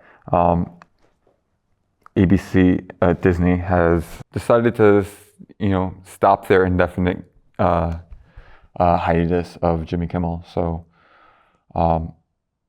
in that, the Nexstar Group has already posted that they will likely be preempting it on their local channels. So in several markets throughout the United States, the right-wing controlled. Not to say that like Disney is not right-wing controlled, but the more far-right controlled media company in Nexstar is likely not going to be airing Jimmy Kimmel for the foreseeable future as well. Okay. Yeah, it's a big info dump, but yeah. Well, I think it shows two things. One, that the FCC, or really that the Trump administration, Washington in general, is interested in its own, in regulating speech and in regulating broadcasting and punishing people who don't fall in line with what they want the people to think. Because of course that's what it's all about. It's about controlling what people think and what people say and intimidating people into not saying what they do think about Charlie Kirk, about Trump really, and about the right wing in general. And I think the other thing that it shows is that, and I guess two more things that it shows, is that the people have a lot more power over and influence over these corporations than we tend to think. As long as it's collectivized. Yeah. You have to take the collective action. Yeah, as long as the people can organize and get it done. And these companies are interested in money. They don't give a shit what Jimmy Kimmel says one way or the other. As long as they are making their money, he can be, as radical as he wants, or as conservative, or like as non-radical as he wants. Look at South Park. Yeah. South Park was renewed for 5 seasons for a value of $1.5 billion. Yeah. And, the first episode, they, right out the gate started attacking Trump. He's in bed with the devil and, all these not quite so subtle metaphors. And then, they end it with like a PSA, attacking the PSA deal that Paramount had to go through in order to get the merger approved. Where they're going to produce 50 PSAs, and the first PSA is, Trump with like a little finger puppet penis. Just straight up mocking the Fuhrer, emperor has no clothes type shit. Mm-hmm. But interestingly, South Park didn't air an episode last week. They were claiming that they just didn't get it done in time, but I'm wondering if they like pulled it. At least the team themselves, because they were worried, because earlier this season, they, focused on Charlie Kirk, and Cartman took on the role of Charlie Kirk. But apparently, I saw a tweet from like the executive producer of the Charlie Kirk show saying that like Charlie actually like really enjoyed being featured on South Park. Well, yeah, because these guys, it's, that's the classic saying that definitely isn't true, but, all press is good press. These guys don't understand that they're being made fun of. They see themselves on TV and it's like a baby with jingling keys. Like, oh, wow, look, it's me. And that's about the extent as far as they go. And especially because these are so popular. The people who are being most poked at choose to interpret it as being in support or not opposed to them in general. I mean, how many times do we see that with music like Rage Against the Machine or Paul Ryan's favorite band? Not that he's relevant anymore. Yeah. It's a dated reference. But these are the kind of things that these people think. So Charlie Kirk liked seeing himself on TV because for the same reason he does all the other stuff. It's an ego trip. He likes seeing himself, and he likes seeing himself be discussed. Probably be happy to see all the coverage of his own funeral. Like a degree of narcissism that's there, Mm-hmm. Like anyone that like seeks out like public spotlight, especially to like the extent of like someone like Charlie Kirk, like, there has to be that like tinge of narcissism for that motivation to like keep doing that kind of shit. Mm-hmm. Of course, what Charlie Kirk's day job was making fun of kids, pretty much. And it's not exactly a difficult thing to do. You know who I would imagine would be the most upset right now? Steven Crowder. Yeah. Because like Charlie's getting all the credit for like for all that stuff. But Did you see that the day Charlie Kirk died, he changed his Twitter profile from being America's #2 podcaster to America's #1 podcaster, or something like that. Like, or the number, he would change from the #2, I don't know, conservative podcast, something like that. Change it from #2 to #1 because Charlie Kirk was no longer. It's just like fucking Donald Trump on the phone during 9/11, being like, "I now have the tallest building in the financial district." Yeah. The only person who seemed to care at all about Charlie Kirk as a human being is Candace Owens, and that's saying something. Yeah. Also got to question her judgment based on what Charlie Kirk has said about black women, but for all we know, that's all. Well, she's got her like internalized white supremacy as well. Yeah, and for all we know, Charlie Kirk didn't even believe any of this shit. Yeah. But I mean, even his own parents and siblings weren't even at his funeral or at his funeral service, or at least they didn't speak. Yeah. Yeah. I mean, it was a farce. Yeah. You know? Yeah. So like, I don't know. It was farcical. If his like parents are like really Christian people, but I don't know, because like apparently Charlie like chose to convert. Like, to Catholicism, right? Yeah. Yeah. Adult Catholic converts are like J.D. Vance. Yeah, they're illegitimate. I don't know. Unless if you're, especially you if have to go to communion school every Wednesday. Yeah. After school. Unless you're converting from a non-Christian religion, in which case I can see, like, I don't know, if you live in Ireland or something, and you're like, oh yeah, I'm not Christian, I'm going to be. What's your other option? But in America, if you're going from Protestantism to Traitor. Yeah. Yeah. Wasn't fast enough. Bernie Sanders becomes first U.S. Senator to say Israel committing genocide in Gaza, from The Guardian on September 17, 2025. Vermont senator had taken flack for avoiding term as UN panel says Israel's conduct meets criteria for genocide. Senator Bernie Sanders said on Wednesday that Israel is committing genocide in Gaza, calling the conclusion, quote, inescapable, and becoming the first U.S. senator to use that term. Quote, over the last 2 years, Israel has not simply defended itself against Hamas, Sanders wrote. Instead, it has waged an all-out war against the entire Palestinian people. Sanders had long received flack from supporters and protesters alike for avoiding the term, which he previously said made him, quote, queasy, when protesters chanted it last year during a speech in Ireland.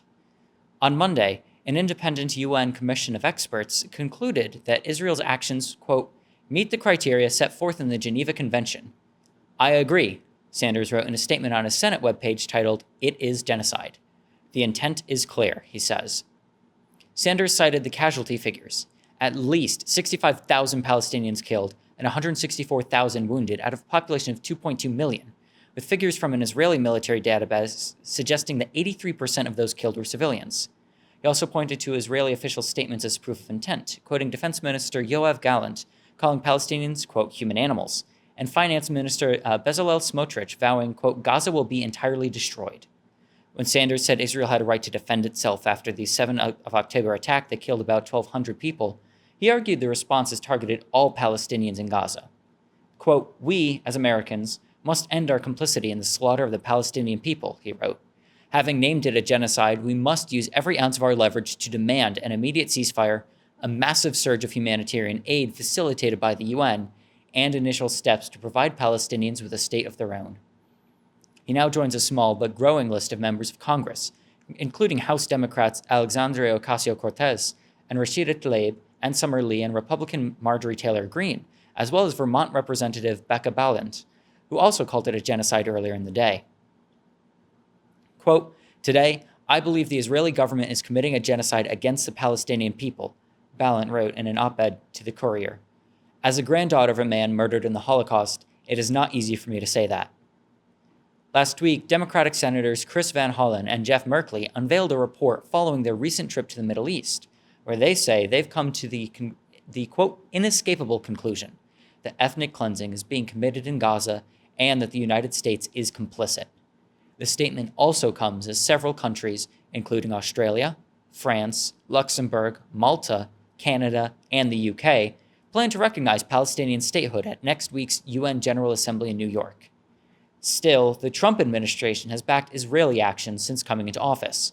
In March, the White House said Trump, quote, fully supports Israel's operations in Gaza, while Trump has suggested the U.S. take control over the Strip to help facilitate Palestinian departures. In the U.S., the administration has simultaneously expanded efforts to silence dissent from pro-Palestine voices, with the State Department issuing broad orders to consulates in March to vet student visas over, quote, terrorist activity, which includes social media posts. Sanders has previously led Senate efforts to block offensive weapons sales to Israel through joint resolutions of disapproval, and while getting half of the Democratic Party members in the chamber to support it, the efforts have not succeeded in stopping arms transfers. Now, the independent lawmaker called again for ending U.S. military aid to, quote, Benjamin Netanyahu's genocidal government, and demanded an immediate ceasefire. Quote, the very term genocide is a reminder of what can happen if we fail, Sanders wrote. That word emerged from the Holocaust, the murder of 6 million Jews, one of the darkest chapters in human history. Make no mistake, if there is no accountability for Netanyahu and his fellow war criminals, other demagogues will do the same. Bernie Sanders has now finally conceded that the genocide of the Palestinians is an actual genocide. In his letter, an open letter condemning the genocide of the Palestinians, allegedly. Of course, I don't know if you got to read his statement at all. No, I didn't. The opening, I don't remember if it was the opening line or the opening paragraph at least, blames Hamas exclusively. The pre-qualifiers. Yeah. So Bernie Sanders acknowledges after the UN recognized it, I guess it became politically untenable for Bernie Sanders to deny that it was a genocide. And so he has now declared that it is a genocide and put it in his newsletter. And also, at the same breath, though, blamed Hamas and so-called terrorists for starting the war. And thus putting the whole onus of the genocide on the shoulders of Hamas, who, forced Israel to destroy the population, basically. My take on it is that, as much as folks have been critical, folks on the left have been critical from him for 2 years, and Bernie Sanders shows that, as consistent as he's been on his messaging for decades, that he does respond to his base. Did he take too long for this? 100% in my opinion. But we've seen him evolve from his 2016 positions. He didn't have a good. He didn't have as robust of policies on race as he does now. These are things that he had to be pushed in order to improve. Does his Jewish background have something to do with not wanting to call Israel a genocidal state? Possibly. Growing up in post-Holocaust America, as a Jewish man, I'm sure that had some impact for liberal Zionism on his upbringing. But I think folks sometimes on the left get a little too aggressive in their criticisms of Bernie and AOC and the like. No, they're not perfect. Yes, we want to see them do better. Yes, we want to create that pressure for them to do better. But he's still the only senator that has come out and called it a genocide, right? To my knowledge, yeah. At the very least, he was the first. So unless someone else did over the weekend. So it's later than it should have been. It's later than we wanted them to, use that language, but, over the course of the 2 years, he took more of the liberal Zionist approach of the Netanyahu government and placing it solely on the feet of great man theory type bullshit of this is Netanyahu's responsibility, which he is 100% responsible for, but not solely. Yeah. At what point do we maybe have to acknowledge that we've perhaps outlived the need for Bernie Sanders? I mean, I know that like you said, sometimes these guys get unjust criticism or even just criticism in very heavy amounts. But, a guy who was unwilling to recognize, now again, he's also, 80? He's 83 or something. Yeah, he's in his 80s. Yeah, he's at least 5 years older than the state of Israel. Yeah. And I give him, I don't want to say I give him a break, but I recognize that at a certain point, we can only expect so much. Mm-hmm. So at what point do we have to say that we're done listening to him when it comes to Palestine? He's been unrepentant in his support for the state of Israel. Well, I don't think we ever listened to him on Palestine. I think that we pushed him on Palestine, as the left, you can't push people by disowning them and throwing them out of your movement. You have, better relationships. You're able to make that personal connection with folks that you're ideologically aligned with easier. But we're not ideologically aligned with him on Palestine. And he has the power to make the genocide happen, and which he has. I mean, he, voted, that they were in violation of the Leahy law nearly 2 years ago now, so he definitely was aligned in many of the actions that we were looking for, if not, not all of them, but for many of them. But I think we get to the point of moving past Bernie Sanders when there are 49 other people like Bernie Sanders in the Senate. Yeah. I think that's the point in where we're able to move past on a strict real politics view of it. Mm-hmm. We need those folks that are tangentially juxtaposed to us on the political spectrum, mm-hmm. Especially in times of genocide, especially in times of creeping fascism. Mm-hmm. Those are the points where you cannot afford to fracture your coalition. Yeah, and I acknowledge that, but I, for one, don't feel that I can, if a person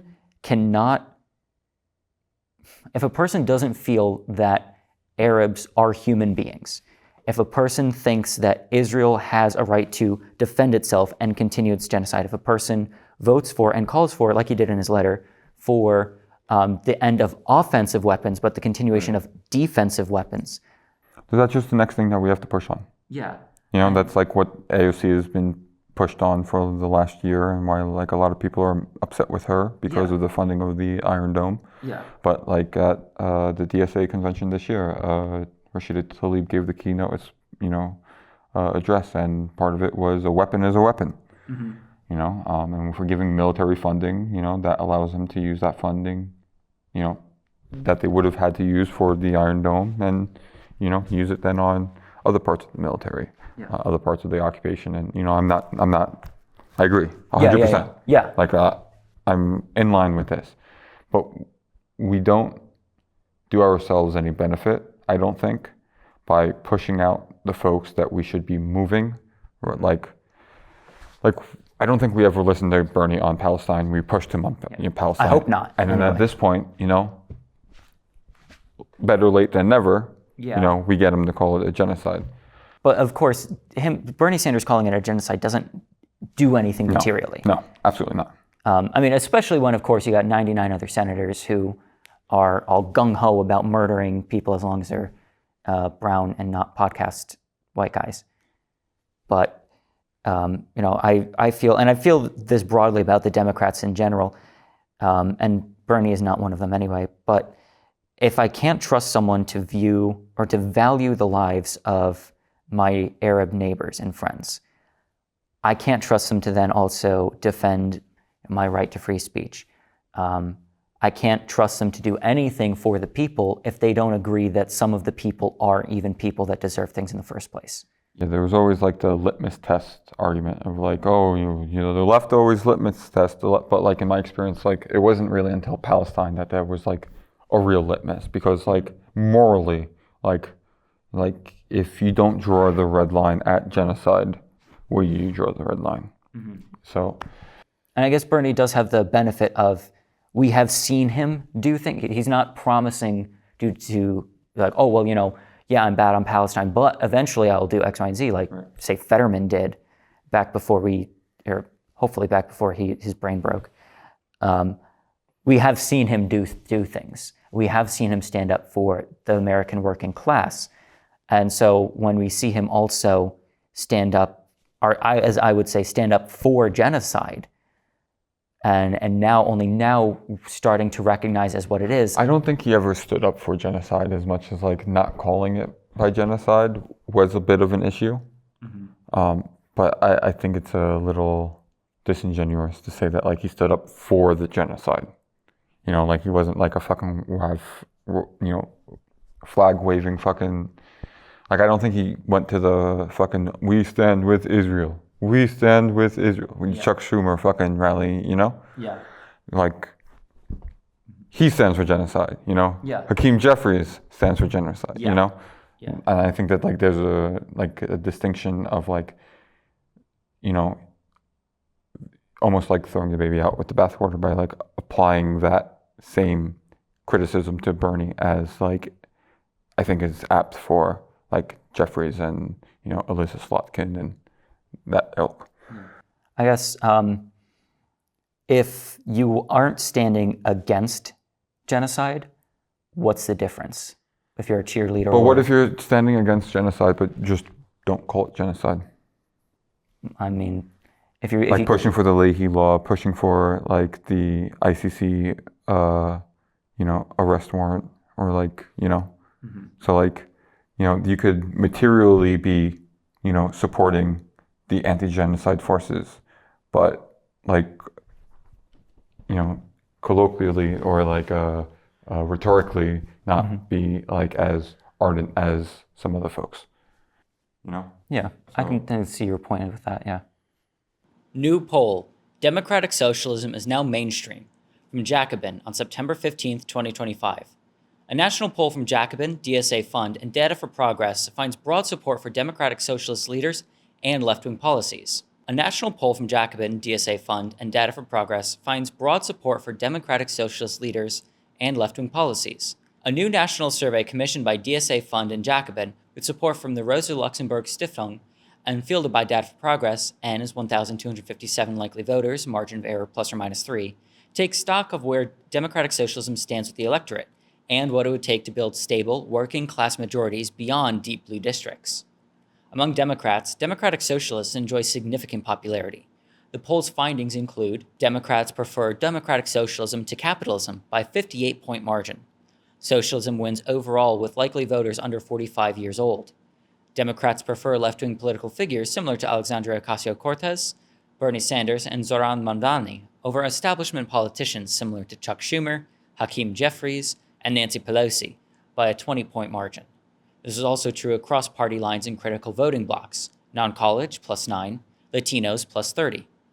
Candidates who identify as Democratic Socialists are viewed just as favorably, plus 69, among registered Democrats as candidates who identify only as Democrats, plus 67.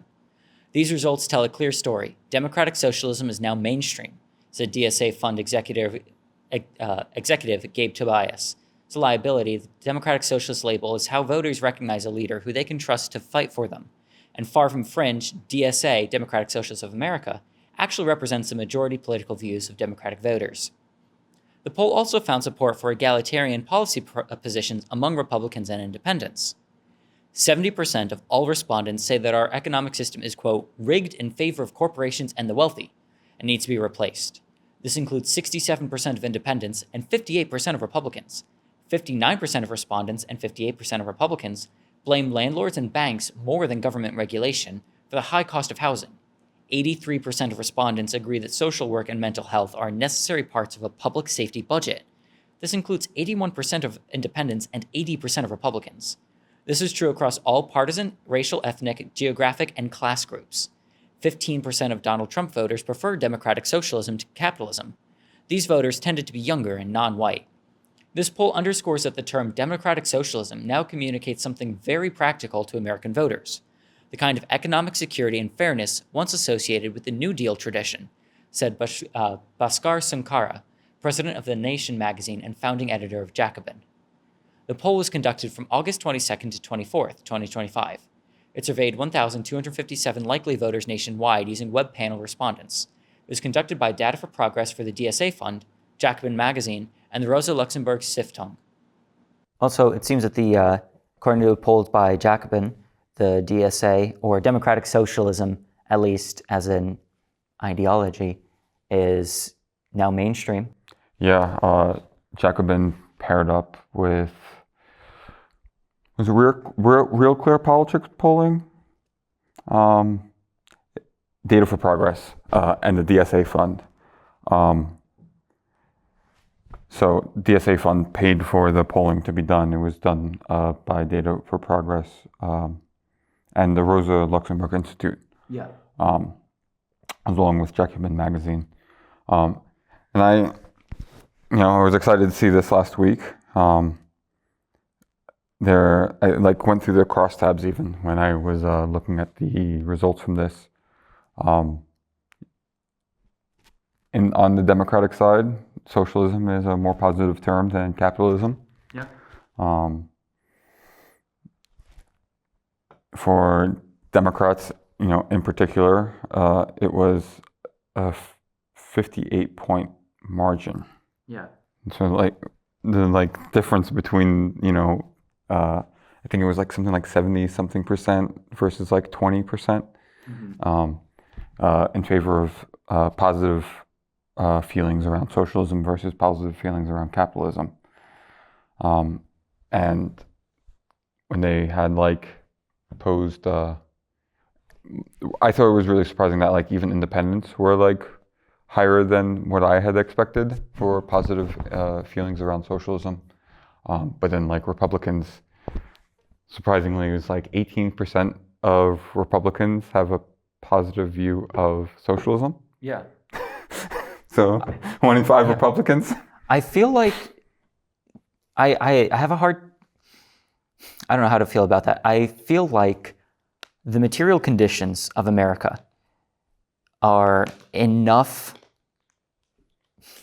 I don't want to say propaganda, but the material conditions of America are enough of a convincing argument itself for socialism. Yeah, the radicalizing elements. Yeah. It's what led us to the path is those material conditions. Yeah. Being entrenched in it. Yeah, and a lot of Republicans, I mean, I would argue to say as much as 90 to 95% of Republicans know that they're being screwed. They just don't always know why or how or by who, which leads them to blaming things like Antifa or whatever. Immigrants. Yeah. And so I think that especially younger people maybe who are familiar with the idea of socialism but don't really know anything about it, that sounds better than, us constantly getting screwed. But I also kind of wonder how many of these people think of National Socialism instead of actual socialism. That's a good question. I think it can answer. So one of the questions on the poll was, which of the following political figures do you prefer? Mm-hmm. And a political figure described as being similar to Alexandria Ocasio-Cortez, Bernie Sanders, and Zohran Mamdani, or a political figure described as being similar to Chuck Schumer, Hakeem Jeffries, and Nancy Pelosi, or I don't know. So for that question as well, 23% of Republicans responded that the more favorable option would be the Democratic Socialists listed. Yeah, but even that doesn't necessarily mean that they have positive feelings towards them as much as it is that they hate establishment Democrats. Yeah, Nancy Pelosi being on there specifically. Yeah, I mean, and we know that they have a lot of... But 34% said that they prefer, or Republicans said that they prefer Nancy Pelosi type politicians to Bernie Sanders type politicians. Yeah, but that's because they're not too far off from Republicans. I'm glad to see it. I hope that's something more that we can do with that. I feel like could be a good, starting point for people who, I don't know, maybe they're registered Republicans because their parents are Republicans, or they live in a deep red state, in a deep red community. And there's also the AOC Trump voter. that voted for AOC and Trump on the same ballot because they just want to throw a wrench in the system. So they see the Democratic Socialist people are fighting back against the establishment of their party. Yeah. So they're more likely to, go for someone that just wants to change. They're just sick and tired of. But I think my favorite question on the whole poll was, what is your familiarity? Familiarity? With DSA. Totals, these are total numbers, are 4% said I'm a DSA member and personally know one. 20% was I don't know any members, but I'm familiar with the organization. 30% I've heard of DSA, but don't know much about it. And I've never heard of DSA is 46%. So more likely than not, you've heard of DSA. But I thought it was funny that for the crosstab for the I've never heard of DSA, 48% of Democrats have never heard of DSA, but 44% of Republicans have never heard of DSA. So Republicans are more likely to have been familiar with DSA in some capacity than Democrats are even. That doesn't All the fear-mongering. Yeah, fear-mongering is a big thing, and also the Democratic establishment's biggest enemy is and always has been the left. Yep. So they don't want their the Democrats do not want their voters to join the DSA. They don't want their voters to be socialists at all. And because the enemy of the Democrats' biggest opponent is always the left. If they are not the enemy of the Republican, or Republicans are not the enemy of the Democrats. The Democrats, yeah. The Democrats do not see them as their enemy, I should say. Republicans probably see both.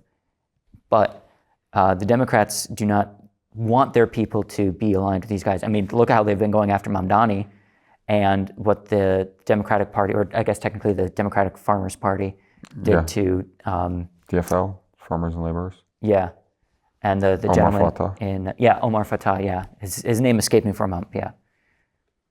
Yeah, I think they're just clinging to whatever power. It's the old folks that are trying to, the established, figures in the party just trying to maintain control. But I think the time's almost done. Yep. Venezuela announces capture of alleged DEA agent with massive drug shipment, from the Latin Times on September 18, 2025.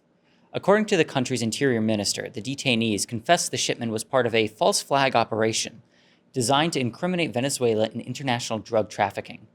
Venezuelan authorities announced on Wednesday the seizure of nearly 3.7 metric tons of cocaine and the arrest of several individuals, including a man they claim is a U.S. Drug Enforcement Administration DEA agent.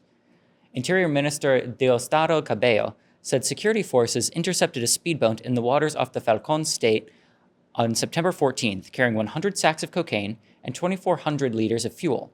The operation, which Cabello described as clean, ended with 5 arrests. The detainees were identified as Raul Luis Rodriguez Ramos, Jesus Antonio Aguilarte Carreño, Joni Jose Salazar Gutierrez, Carlos Alberto Bravo Lemos, and Levi Enrique Lopez, who Cabello alleged is linked to the DEA.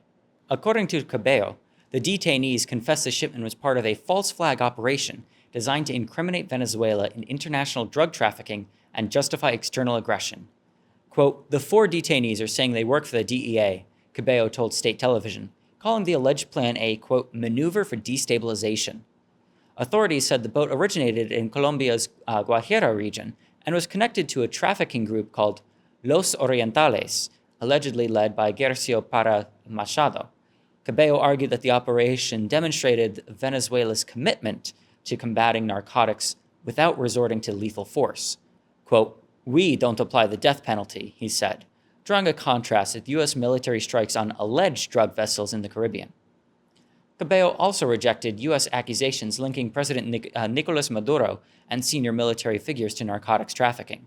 He pointed to recent seizures as evidence, noting that Venezuelan forces had intercepted 60 tons of drugs so far in 2025, which he described as the highest amount since 2010. The announcement follows escalating tensions between Washington and Caracas over drug enforcement. On September 9th, Vice President Delcy Rodriguez said Venezuela had seized 5 times more narcotics since expelling the DEA in 2005, rejecting U.S. claims that the country has become a hub for cocaine shipments. She cited United Nations data showing that most cocaine exits Colombia through the Pacific, not Venezuela. In contrast, DEA Administrator Terry Cole said last month that Venezuela has become a, quote, narco-terrorist state, collaborating with Colombian guerrilla groups and Mexican cartels. The Trump administration has expanded naval deployments in the Caribbean, framing the effort as part of a campaign to dismantle drug networks and target the so-called Cartel de los Soles, which it accuses Maduro of leading. So this morning it was being reported that the FBI had bribed border czar Tom Homan with $50,000 in cash in like a takeout fast food paper bag. And they ended up, after, I think this was in November, they gave him the bribe from the FBI as like part of an investigation. Mm-hmm. And then once Trump got in, he canceled the investigation from internally. But it's now being reported that the federal government just gave Tom Homan $50,000 in cash and zero repercussions or anything for it. Well, that doesn't actually surprise me. No, I mean, aside from the fact that the whole Trump organization is corrupt from the bottom up, or really from the top down. But the federal employees, or I shouldn't say federal employees because I'm not talking about the mailmen, but people absconding with loose cash from the government with no repercussions is not particularly unusual. This is exactly what Special Forces does and did in Iraq and Afghanistan for years. They'd be getting these piles of cash that were used to bribe informants, or pay their way through investigation and intelligence in the Middle East. And Afghanistan, which is not the Middle East, but. Yeah. And what they would do with it is, rather than paying bribes, they would just pocket it. And quite literally, you'd have Delta Force soldiers coming back with blocks of cash, thousands of dollars, literally duct taped to their body under their clothes. So along those lines of government bribery and cheating your way through the system, reportedly DEA agents or at least one, went to Venezuela with drugs, tried to smuggle drugs into Venezuela in order to ostensibly, I guess, falsely indicate that Venezuela was smuggling drugs. 3.7 metric tons? Yeah, tons, literal tons of drugs. And they get caught, of course, by Venezuelan government, and DEA agent immediately rats, which I guess is good. And after what is it now? We've blown up 3 ships coming out of boats, really coming out of Venezuela. Boats, looks like fishing vessels. Yeah. We sank at least 3 that I've seen, and I want to say 2 of them weren't even searched first. I know the first one with 11 people on board was just blown up. Yeah. The second one, I heard that they had searched and detained people and then blew up the ship, which I guess is better. And then the third one, I'm not even sure. I just saw it maybe yesterday. I had heard Trump answering questions at a press conference or some shit like that about the Venezuelan boat attacks, and he carelessly was yeah, we might have killed some fishermen. Yeah, it might have happened. There's no one out in the port, in the sea now. Everyone's afraid to go out. The military's afraid to go out. The fishermen are afraid to go out. Sick, gross. Yeah. Totally disregard for human life. Yeah, and of course, I mean, it's not just murderous. It's pretext for war. Yeah. Smuggling drugs into another country in order to create a pretext for war. Well, the U.S. is trying to create a casus bellum. Yeah. From Trump's first administration with trying to seat Juan Guaido as the head of the Venezuelan state, mm-hmm. All the way to you know, I don't know the results of the 2018 election. Colombia didn't approve it. I don't remember what the Colombian government was like at the time in 2018. Yeah. You know, I know that they are allies. You know, I know that Gustavo Petro, are, you know, close with Maduro, but it you know, we've been sanctioning them. We've been trying to give them the Cuba treatment. Mm-hmm. You know, they've seen like crazy inflation. You know, since then, the embargoes that were put on the countries. You know, just trying to suffocate the populace. You know, and then Maduro with the plans to annex most of Guyana, you know. But then at the same time, you know, we see how our government is acting, which is like in blatant total disregard for human life. And, you know, it's... And of course, Venezuela has huge oil reserves. The largest. The largest. The largest in the world. Yeah. It's their heavy crude is a little bit more difficult to refine, but you know, back in the day, Citgo built all the right. That's the U.S. Venezuelan gas company, but you know, the Gulf Coast is like filled with refineries, like specifically made to be able to refine, you know, Venezuelan oil.